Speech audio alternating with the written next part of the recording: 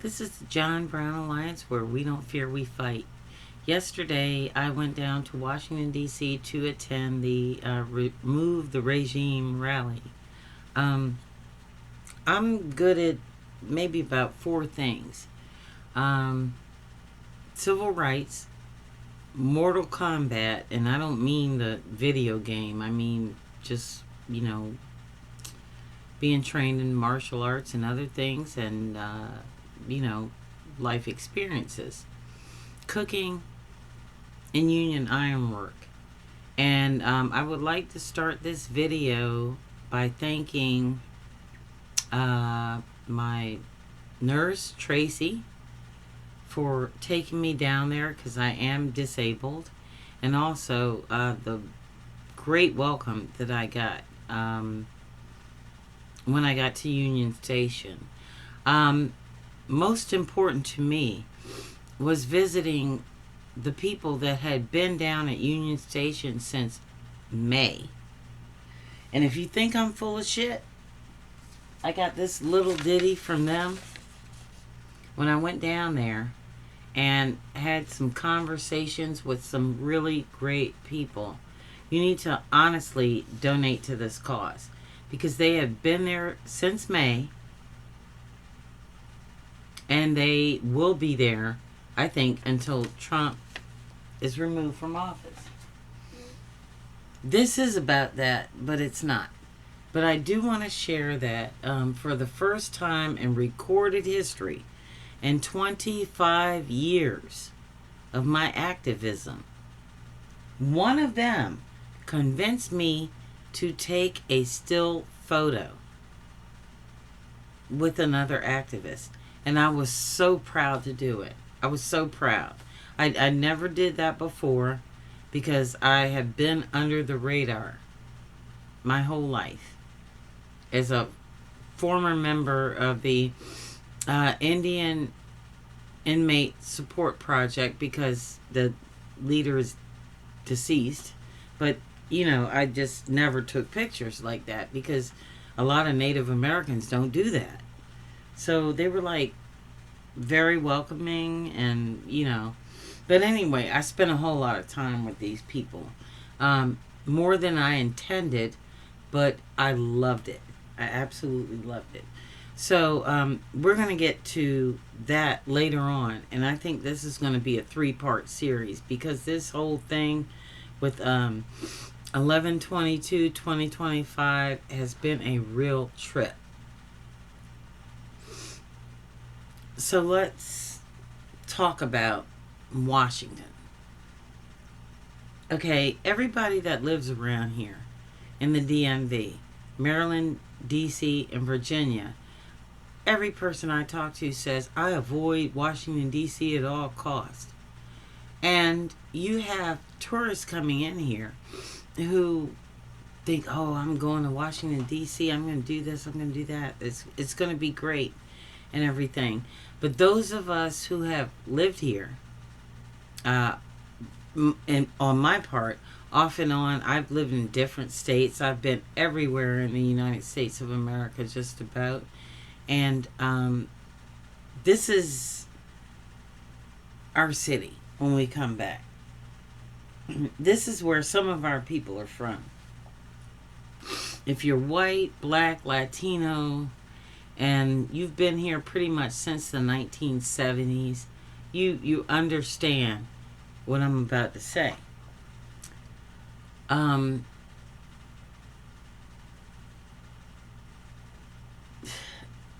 let them take away your joy. But when you come to Washington, D.C., there are some things you should know. And so I had been off the radar for about 10 or 15 years, maybe even more. And I'm talking no credit, no car, nothing registered to me, all of that. For reasons I don't want to discuss right now because it's not pertinent to the subject.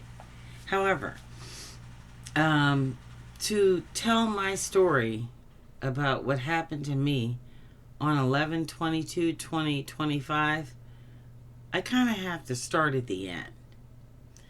So I had walked 2 miles maybe to get some Ethiopian food over in Adams Morgan after I hooked up with these guys.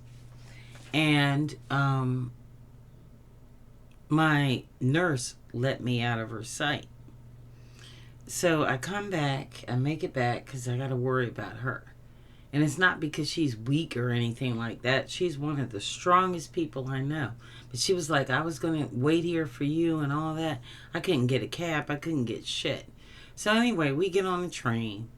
Of course, we're late. And everything else that could have gone wrong did go wrong.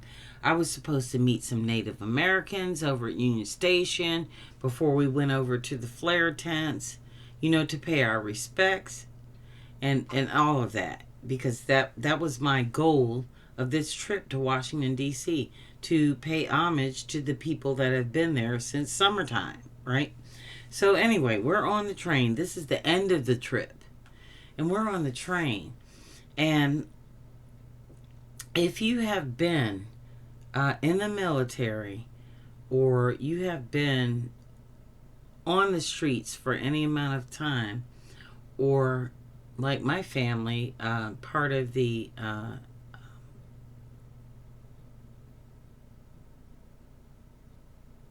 police community, so to speak. I grew up in a law enforcement household, in a military household. So when you see somebody walking around, first of all, in Washington, D.C., everywhere you go, you smell pot. Now, I don't mind pot from the 1960s, but this shit fucking stinks. And everywhere you go, you smell it. So we get on the train, finally, me and my nurse. We get on the train, and most of you don't know this, but I am disabled, and I also suffer from ADHD. So you tend to have no filter. So we're late because we're on Indian time, and this dude, we stopped at this station after we got fucked around 20,000 times on the metro. Now, we love our city. We do.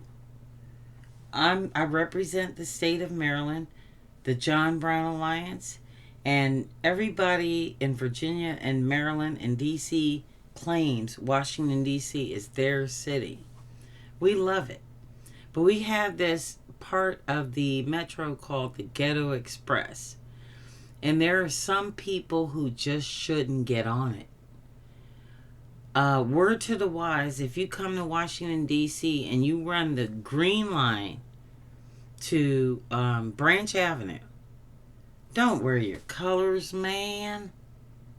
If it doesn't say Baltimore or Washington on it, leave that shit at home on the weekend. It is not a problem for most people, but you just might get the wrong audience on the subway. Now, about 20 years ago or so, that might have got your ass whooped.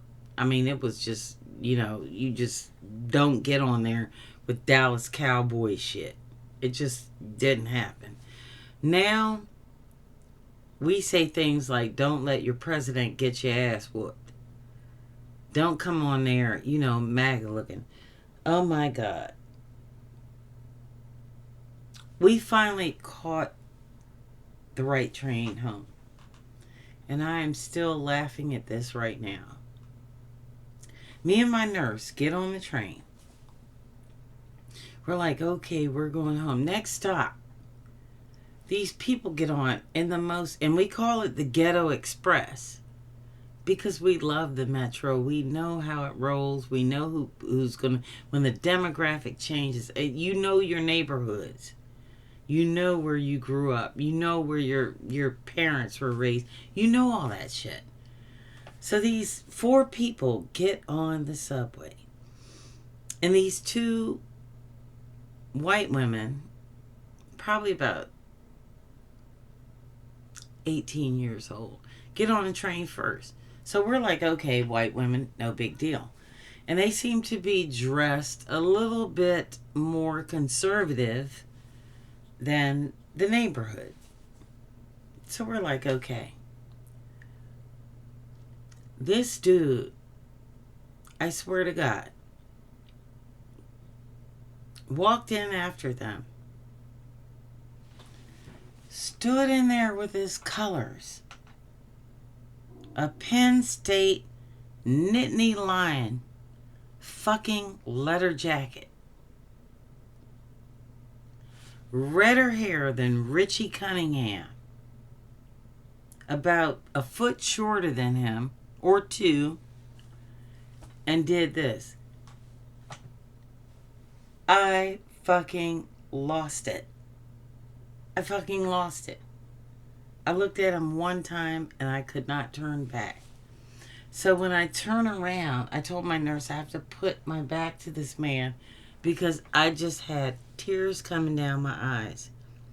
I said, I couldn't believe this motherfucker not only came on the subway, on the Ghetto Express, with his colors from Pennsylvania, tweaking.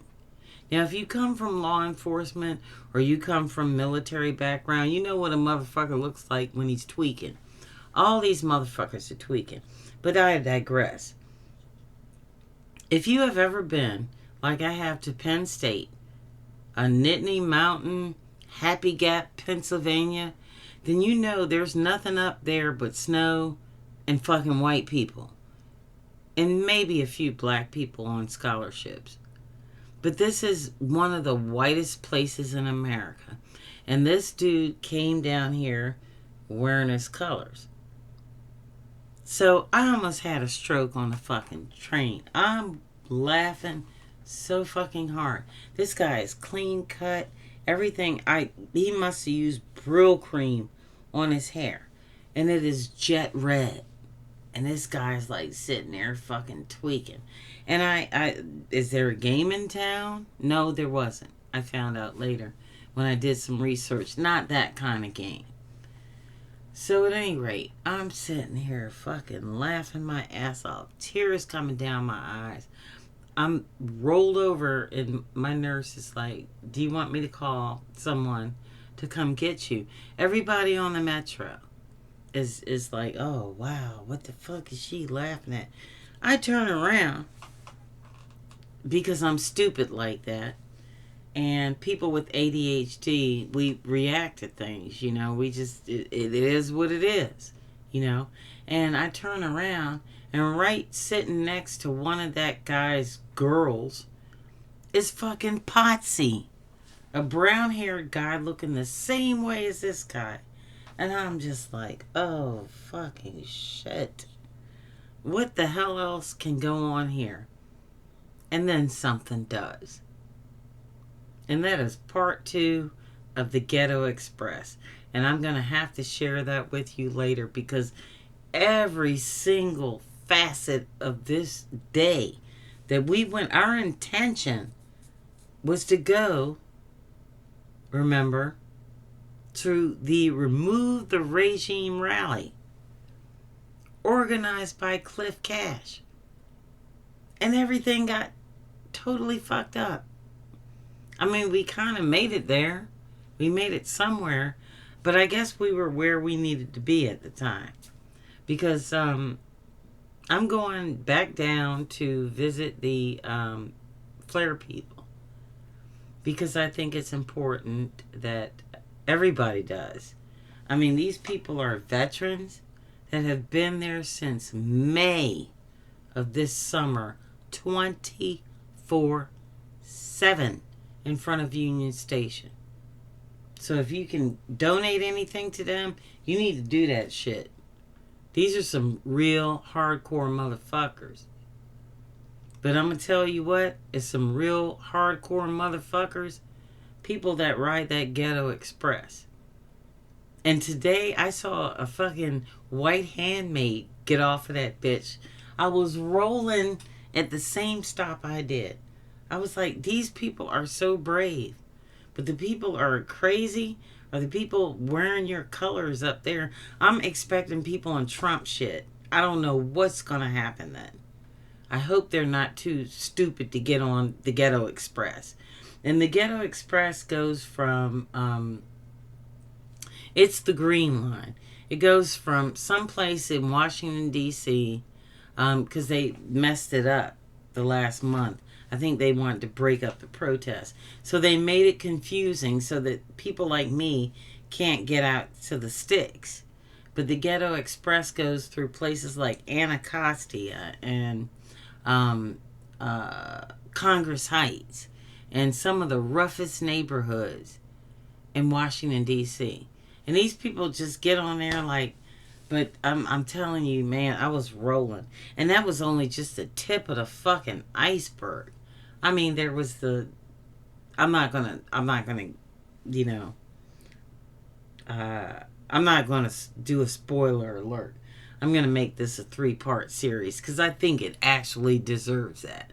But anyway, Richie Cunningham, man, good on you for getting on there all tweaked out, you know, and being brave enough to wear Penn State shit on the fucking Ghetto Express. Do you, dude? That was some phenomenal fucking crazy ass shit. This is the John Brown Alliance. We had a great day. Don't let anybody steal your joy.